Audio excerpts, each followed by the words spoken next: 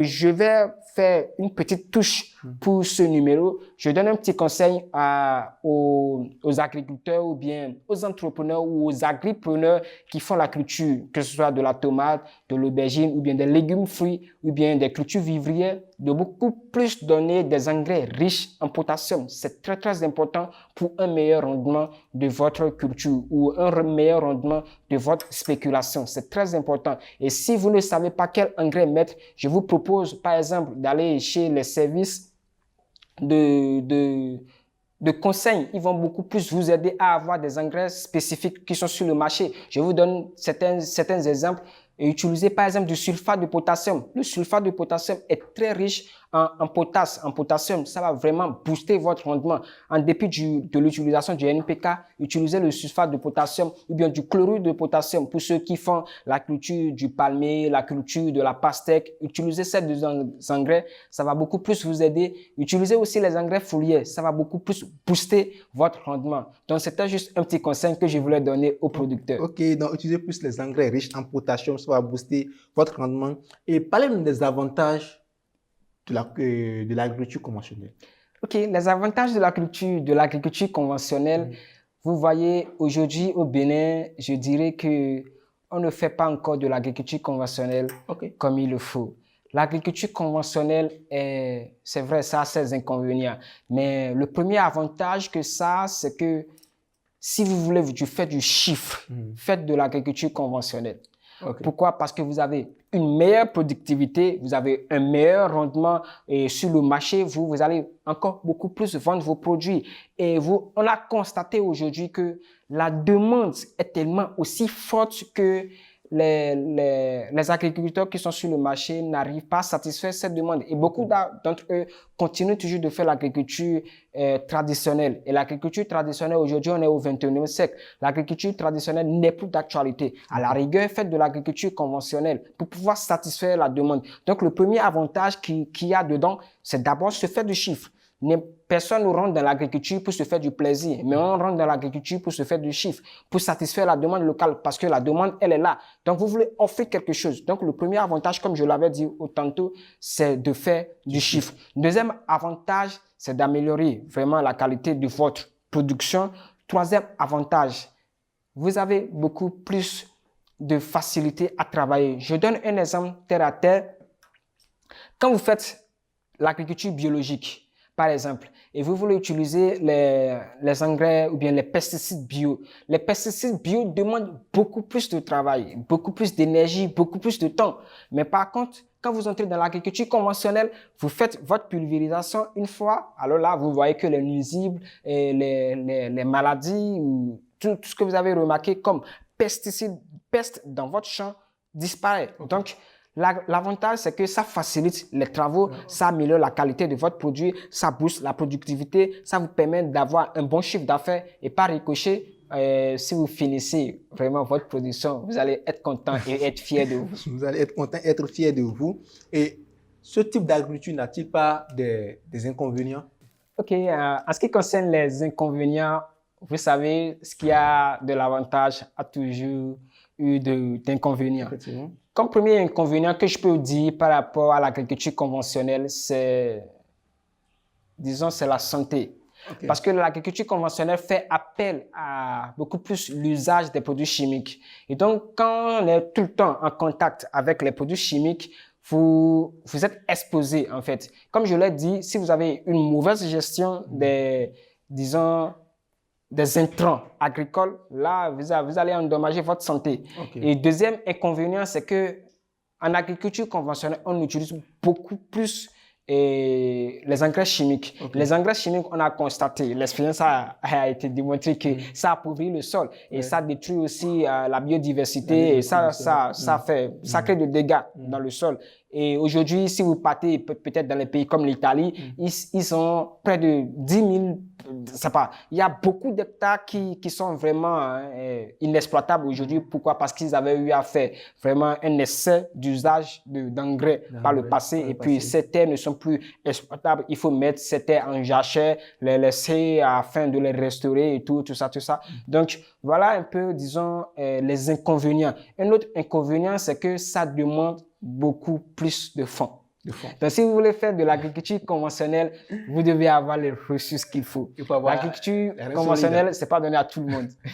Donc, il faut avoir les ressources qu'il faut, il faut avoir les moyens financiers qu'il faut. Ça demande beaucoup plus de fonds, d'investissement. Donc, voilà, de façon ramassée, les 3 inconvénients majeurs que je peux vous dire par rapport à l'agriculture conventionnelle. On va faire un tour rapidement vers l'agriculture biologique parce que depuis vous êtes en train de parler de ça et ça m'inspire. Et quels sont les principes fondamentaux de l'agriculture biologique? OK, les principes fondamentaux de l'agriculture biologique, vous devez savoir que l'agriculture, celui qui veut faire l'agriculture biologique, c'est celui qui veut respecter l'environnement. Celui qui veut respecter l'environnement, celui qui veut assurer la santé de sa clientèle, celui qui veut respecter la qualité de son produit, celui qui veut vraiment améliorer la qualité de son sol. Donc, les principes de l'agriculture biologique, c'est aussi simple. Il faut vraiment être apte, être prêt. Parce que l'agriculture biologique, je dis, c'est pas pour des gens qui sont forts. Non. Mais je dis, c'est pour des gens qui sont résilients. Des gens qui sont vraiment armés sur le plan mental, sur le plan émotionnel. Pourquoi? Parce que on est face aujourd'hui à un phénomène très critique qui est même une source, disons, de réflexion pour l'agriculture conventionnelle, c'est la mutation génétique des nuisibles. Donc, la mutation génétique des nuisibles en agriculture biologique, ça va être vraiment encore un autre fardeau. Donc, un autre principe, le principe que je peux, disons, donner par rapport à l'agriculture biologique, vous devez être fort mentalement. Ça, c'est le premier principe. Et parce que être très fort mentalement. Et comme je l'ai dit tantôt, l'agriculture biologique, c'est pas pour les gens forts, mais c'est pour des gens résilients. C'est pour cela que je parlais du mental. Donc, vous devez être vraiment fort mentalement et être résilient. Si vous êtes faible émotionnellement, c'est pas possible de faire l'agriculture biologique. Parce que je viens d'énumérer un problème, c'est la mutation génétique dont on est en face. Et puis, c'est déjà un sujet de réflexion pour l'agriculture conventionnelle qu'il faut régler. Donc, l'agriculture biologique, vous devez être résilient. Deuxième chose, vous devez faire beaucoup de recherches. Parce qu'aujourd'hui, le monde aujourd'hui n'est plus comme le monde de 1920, n'est plus comme le monde de 1960. On est au 21e siècle, en 2024. Donc, pour faire l'agriculture biologique aujourd'hui, vous devez être actualisé sur les nouvelles informations. Parce que vous serez face à un problème, les nuisibles. Par exemple, par rapport à la fertilisation du sol, vous n'aurez pas assez de grands problèmes parce que les fientes, les dégestions, les engrais organiques sont disponibles aujourd'hui sur les fermes, dans les marchés. Vous pouvez recycler ces engrais organiques afin d'avoir, disons, de l'engrais pour pouvoir fertiliser votre sol et d'avoir un bon résultat. Là, pour ce problème, vous n'avez pas assez de casse-tête. Mais le vrai casse-tête se trouve au niveau des nuisibles. Donc, si vous n'avez pas, disons, une information actualisée par rapport à la gestion des nuisibles, je vous assure, vous ne pouvez pas vous en sortir en agriculture biologique. Et encore moins, celui qui veut faire l'agriculture écologique doit être encore plus résilient que celui qui veut faire l'agriculture biologique. Il y a une différence entre l'agriculture biologique et l'agriculture écologique. Ah ouais, il y a une différence.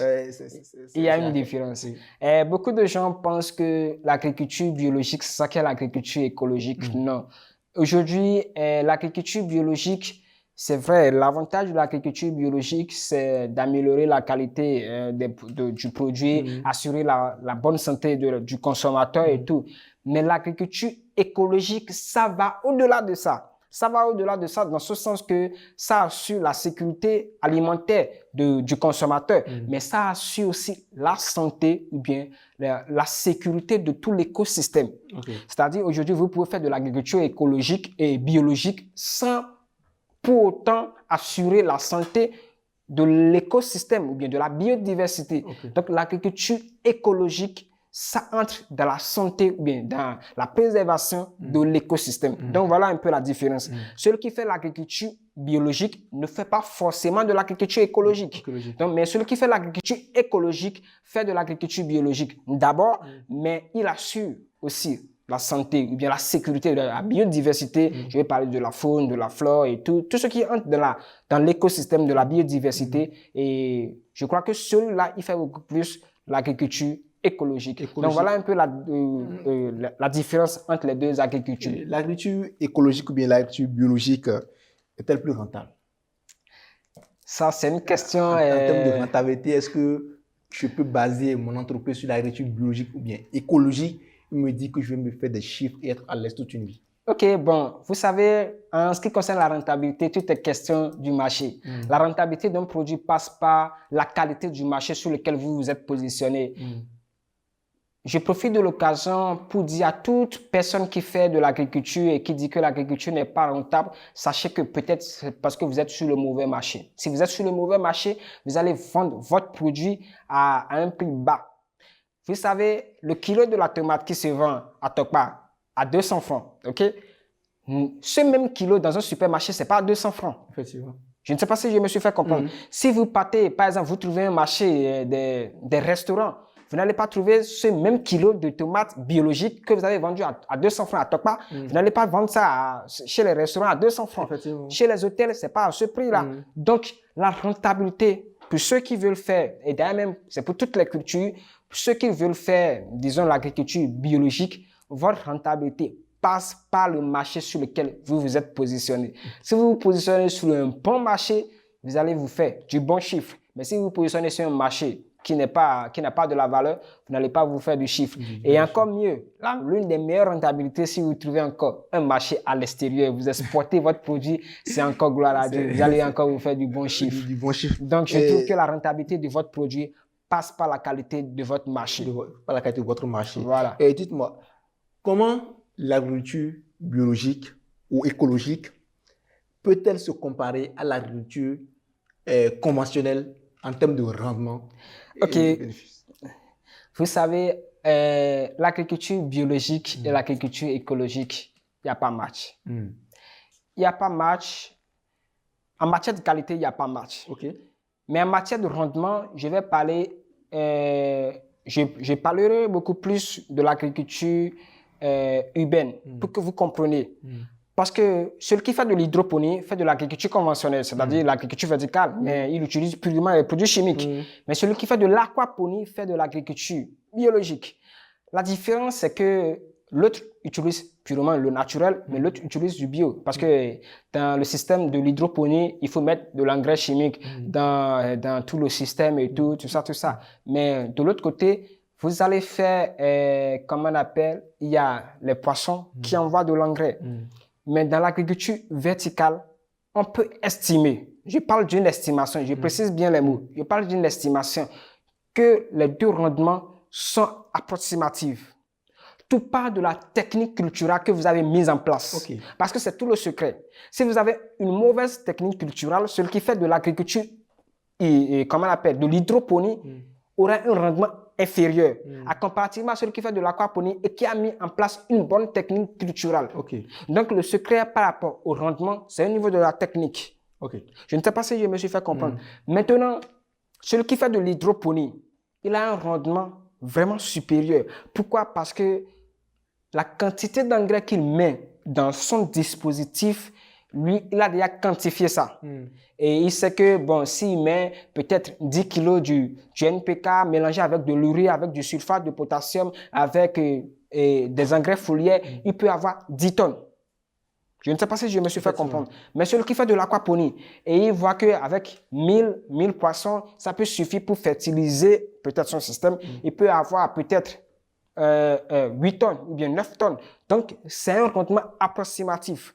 Maintenant, en matière, pour départager les deux, si on va rentrer dans cette affaire de rendement entre les deux, celui qui fait de l'agriculture, disons, biologique, a un rendement inférieur par rapport à celui qui fait de l'agriculture, comment on appelle, conventionnelle.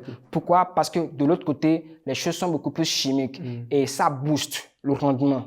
Maintenant, si les deux, je précise, si les deux ont fait la mise en pratique d'une bonne technique culturelle, je ne sais pas si vous avez compris mes approches de réponse. De l'autre côté, quand l'aquaponie va dépasser l'hydroponie, c'est quand il y a mauvaise technique culturelle de la part de l'hydroponie. Mais s'il n'y a pas mauvaise technique culturelle, l'hydroponie va dépasser l'aquaponie. Donc, celui qui fait l'agriculture conventionnelle a souvent un meilleur résultat, un meilleur rendement que celui qui fait de l'agriculture biologique. Vous avez parlé des cultures urbaine Ouais. et verticale. Que sont l'agriculture urbaine et l'agriculture verticale? OK. L'agriculture urbaine, d'abord, je dirais que c'est une agriculture qui se fait dans un centre urbain. Je prends un exemple. Nous sommes au Bénin, vous êtes à Cotonou, vous voulez installer une ferme à Cotonou. Vous faites déjà de l'agriculture urbaine. Parce que Cotonou, c'est une zone urbaine. Effectivement. Donc, si vous vous installez dans une zone urbaine, vous faites de l'agriculture urbaine. Maintenant, l'agriculture verticale, c'est là, ou bien c'est le processus par lequel vous produisez sur une superficie restreinte. Mais au lieu de produire de façon horizontale, vous produisez de façon verticale.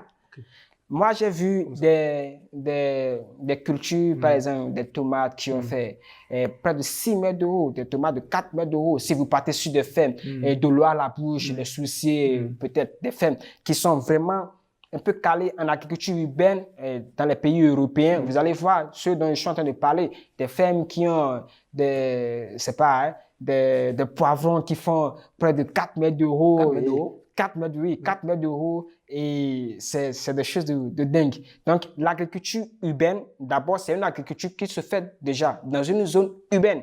On est conscient que dans les zones urbaines, on ne peut pas trouver 150 hectares, 200 hectares, ça serait vraiment difficile. Donc, comment faire maintenant pour installer sa ferme dans une zone urbaine, mais avoir un bon rendement? C'est ça qui a poussé la réflexion à être conduit vers l'agriculture verticale. Donc, sur une superficie de 500 mètres carrés, maintenant, vous pouvez produire de la tomate qui peut même avoir, vous pouvez même avoir des rendements de 5 tonnes, 10 tonnes, tout part de la variété. Il y a tout un paramètre qui entre dans cette affaire de l'agriculture verticale. Donc,